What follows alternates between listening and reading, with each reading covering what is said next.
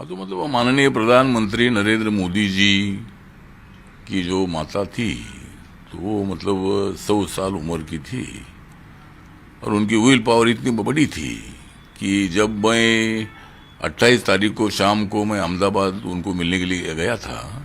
सुबह सुबह वो एडमिट हुई थी। जानकारी मिलने के बाद माता जी को देखने के लिए मिलने के लिए मैं गया था रात को 8 बजे। और वहाँ पर पंकज नाम के उनके जो लड़के हैं जो छोटे, उनके साथ मेरी बात हुई और उन्होंने बोला कि भाई तबीयत तो ठीक हो रही है लेकिन उम्र तो काफ़ी थी और माता जी का खाना पीना सब कुछ ठीक रहता था, ऐसा ही उन्होंने बताया।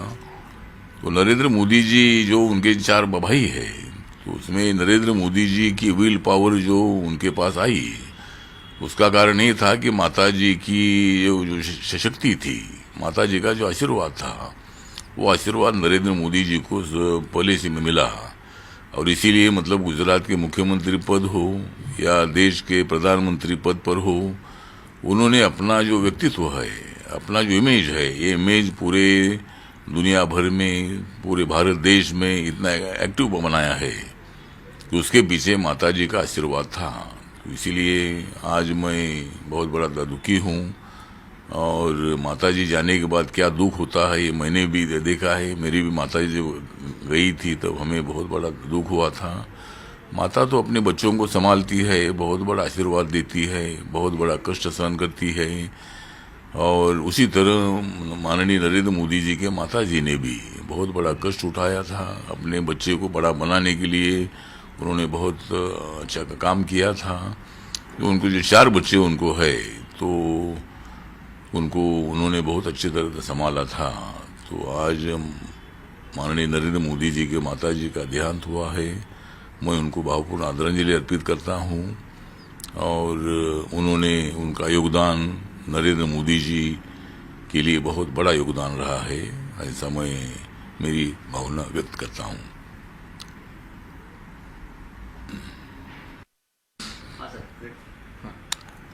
माननीय नरेंद्र मोदींच्या आईचं निधन झाल्याची बातमी आजच सकाळी मिळाली। एक तर त्या अचानक त्या थोड्याशा आजारी पडल्या आणि 28 तारखेला सकाळीच त्यांना अहमदाबादमध्ये गव्हर्नमेंट हॉस्पिटल आहे त्या ठिकाणी त्यांना ॲडमिट करण्यात आलं होतं।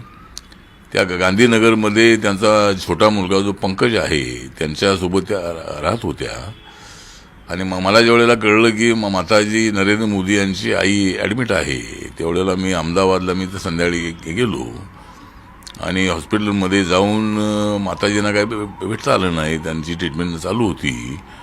पण मला त्या ठिकाणची डीन आहेत त्यांनी सांगितलं की तब्येत इम्प्रूव्ह होते आहे।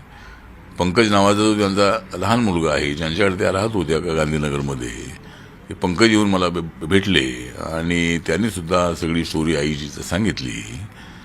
तर त्या आई अत्यंत पॉवरफुल होत्या, शक्तिमान अशा पद्धतीच्या होत्या। त्यांची विल पॉवर 100 वर्ष झालेली असली तरी त्यांचं जेवण, नाश्ता, चहा घेताना त्याच्यासोबत नाश्ता अशा पद्धतीनं त्यांचा जीवनक्रम होता। पण अचानक त्या आजारी पडल्या आणि 1-2 दिवसामध्येच त्यांचं निधन झालेलं आहे। माननीय नरेंद्र मोदींच्या दुःखामध्ये आम्ही सर्वजण सामील आहोत आणि नरेंद्र मोदीजींना जी विल पॉवर मिळाली त्याचं कारण हे आहे की त्यांच्या आई अत्यंत स्ट्रॉंग होत्या, त्या अत्यंत मजबूत होत्या आणि आई गेल्यानंतर काय दुःख असतं याची कल्पना मलाही आहे। त्यामुळं आज माननीय नरेंद्र मोदीजींना जे दुःख झालेलं आहे त्या दुःखामध्ये आम्ही सामील आहोत आणि माननीय नरेंद्र मोदी यांच्या माताजींना मी भावपूर्ण आदरांजली अर्पण करतो आणि त्यांचं स्मरण आम्हा सगळ्यांना कायमचं राहील आणि त्यांचं अधुरं स्वप्न जे आहे ते साकार करण्यासाठी नरेंद्र मोदीजी मैदानात उतरलेलेच आहेत, ते प्रयत्न करतायत आणि त्यांचा ठसा जो आहे तो जगभरामध्ये आपल्या देशामध्ये जो उमटलेला आहे त्याच्या पाठीमागे त्यांच्या माताजीचा आशीर्वाद होता आणि त्यामुळे त्यांना एवढं मोठ्या शिखरापर्यंत पोहोचण्याची संधी मिळाली। हाँ, कर्नाटक के एक मंत्री ने बयान दिया है कि भाई मुंबई को केंद्र शासित करना चाहिए। तो ये बात बहुत सालों से चलती रही है लेकिन आप लोग जानते हैं कि संयुक्त महाराष्ट्र के मूवमेंट में 105 लोगों ने अपनी जान गंवाई है। और संयुक्त महाराष्ट्र 1 मई 1960 को बना था। तो मुझे लगता है कि उसकी कैपिटल मुंबई रही है। ये बात सही है कि मुंबई शहर ने सब लोगों को अपनाया है, कन्नड़ भाषी को, तमिल भाषी को, तेलुगु भाषी को, मलयालम भाषी को, गुजराती भाषी को, हिंदी भाषी को या बंगाली भाषी को, सभी राज्यों के लाखों की संख्या में लोग मुंबई शहर में रहते हैं। तो इसका हमें बहुत बड़ा गर्व है, अभिमान है, क्योंकि मुंबई सबको अपनाती है। लेकिन मुंबई को केंद्र शासित बनाने की मांग का हम धिक्कार करते हैं, हम विरोध करते हैं। तो आप बोलेगे कि भाई मुंबई को केंद्र शासित करो, लेकिन हम ये नहीं बोलते कि भाई बेंगलोर को केंद्र शासित करो। बेंगलोर में भी कन्नड़ भाषियों की संख्या बहुत ज्यादा नहीं है। वहाँ भी मतलब राजस्थान के लोग, गुजरात के लोग, महाराष्ट्र के लोग, कई देशों के लोग, कई राज्यों के लोग वहाँ भी रहते हैं। तो इसीलिए हम बेंगलोर को केंद्र शासित बनाओ, हम नहीं बोल रहे हैं। तो मतलब हमारी छेड़ निकालने की कोई आवश्यकता नहीं है। और महाराष्ट्र कर्नाटक के सीमा प्रश्न के संबंध में हमारा कहना यह है कि मराठी बोलने वाले गांव जो है, ये गांव महाराष्ट्र में आना चाहिए, कन्नड़ बोलने वाले गांव कर्नाटक में रहना चाहिए। हम कोई कर्नाटक पर अन्याय नहीं करना चाहते हैं, लेकिन मराठी भाषिकों पर जो अन्याय हो रहा है, भाषा तो मराठी है और भाषावार प्रांत रचना जब हुई तब पूरा मराठी बोलने वाले गांव महाराष्ट्र में आना चाहिए था, लेकिन कुछ कारणवश वो गांव कर्नाटक में चले गए। तो ये सुप्रीम कोर्ट में विषय है। सुप्रीम कोर्ट में हमारी बाजू रखने का काम माननीय एकनाथ शिंदे जी, देवेंद्र फडणवीस की सरकार कर रही है, और वहाँ जरूर हमको न्याय मिलेगा, ऐसा हमको पूरा विश्वास है। मराठी बोलने वाले महाराष्ट्र में, कन्नड़ बोलने वाले कर्नाटक में, यही हमारी भूमिका है। और इसीलिए हमारे महाराष्ट्र के 1 इंच भी जमीन कर्नाटक में मिलेगी नहीं। और उन्होंने जो मराठी भाषिकों के एरिया पर जो कब्जा किया है, बेलगाव है, कारवार है, भालकी है, बसव कल्याण है, बिदर है, ऐसे कई जिले हैं कि वहाँ मराठी बोलने वालों की संख्या बहुत बड़ी है।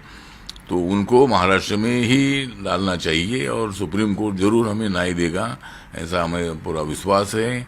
और हमारी सरकार जो है, हमारी सरकार महाराष्ट्र की रक्षा करने के लिए मजबूत है। माननीय उद्धव ठाकरे जी ने, संजय राउत ने हमें सिखाने की आवश्यकता बिल्कुल नहीं है। अजित पवार जी ने हमको बताने की कोई आवश्यकता नहीं है। हम महाराष्ट्र के रहने वाले हैं, मराठी भाषिकों को न्याय मिलना ही चाहिए, यही भूमिका हमारी सरकार की है।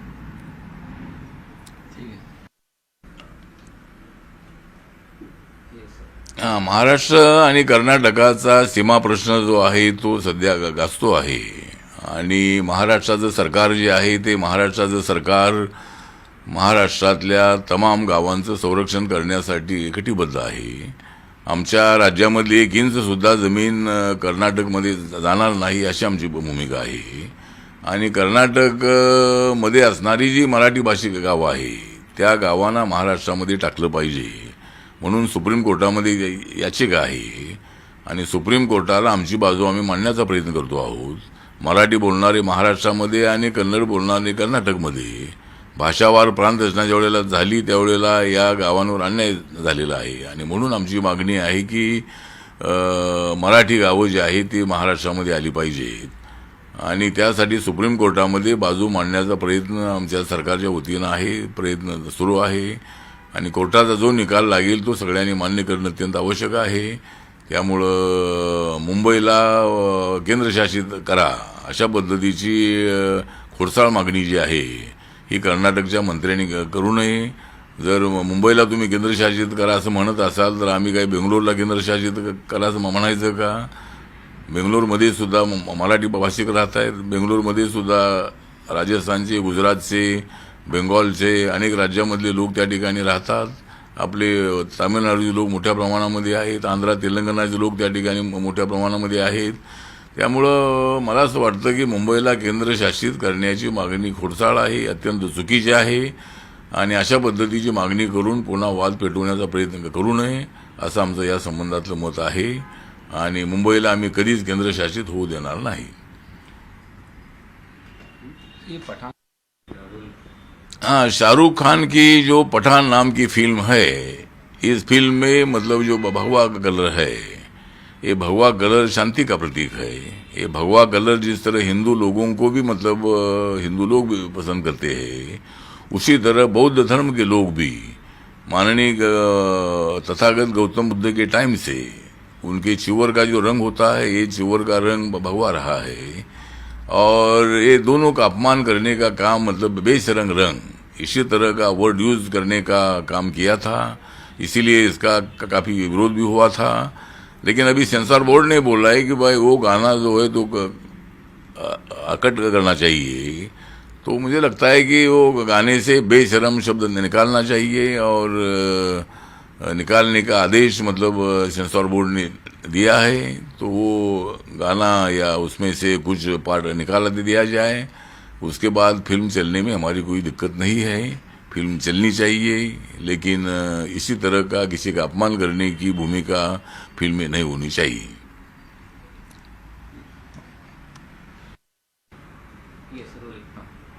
हाँ, जो आसाम के मुख्यमंत्री और बीजेपी के नेता हेमंता बिस्व शर्मा जी, इन्होंने कांग्रेस के बारे में जो बयान दिया है, ये बयान सही है कि माननीय मल्लिकार्जुन खड़गे जी को अध्यक्ष बनाया है, लेकिन वो रबर स्टैम्प जैसे है और पूरा सत्ता का कंट्रोल जो है, पार्टी का कंट्रोल जो है, ये सोनिया गांधी और राहुल गांधी के हाथ में है। तो इसीलिए मुझे लगता है कि उनके बयान में बहुत बड़ा दम है, उनका बयान सही है। और गांधी फैमिली ही कांग्रेस पार्टी को आज तक चला रही है, लेकिन राहुल गांधी जी ने रिजाइन देने का नाटक किया।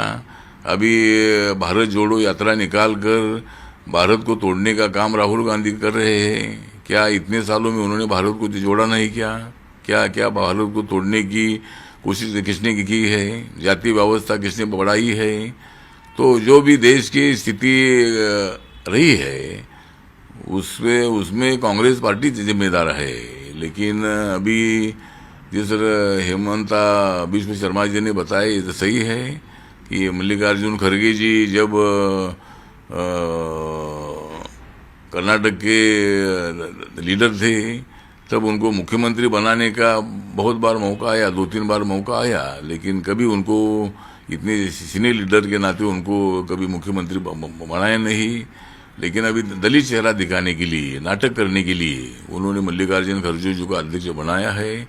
और मल्लिकार्जुन खड़गे रबर स्टैंप है, ये जो हेमंता बिस्व शर्मा जी ने बोला है ये सही है। सर अभी ये लास्ट खबर है, एक मिनट। हाँ, योगी जी का जो गवर्नमेंट, माननीय आदित्यनाथ योगी जी उत्तर प्रदेश के मुख्यमंत्री है और वो ओबीसी को न्याय दिलाना चाहते हैं। ओबीसी को रिजर्वेशन लोकल बॉडीज में होना चाहिए, यही उनकी भूमिका है। इसीलिए मतलब योगी सरकार कोर्ट में गई है और कोर्ट में जरूर उनको न्याय मिलेगा, इनसे हमारी अपेक्षा है। ओबीसी को लोकल बॉडीज में आरक्षण मिलना ही चाहिए। महाराष्ट्र हो या यूपी हो या हर राज्य में उनको आरक्षण मिलना ही चाहिए 27%। ऐसे हमारी पार्टी की भी भूमिका है और योगी जी के निर्णय का हम स्वागत करते हैं।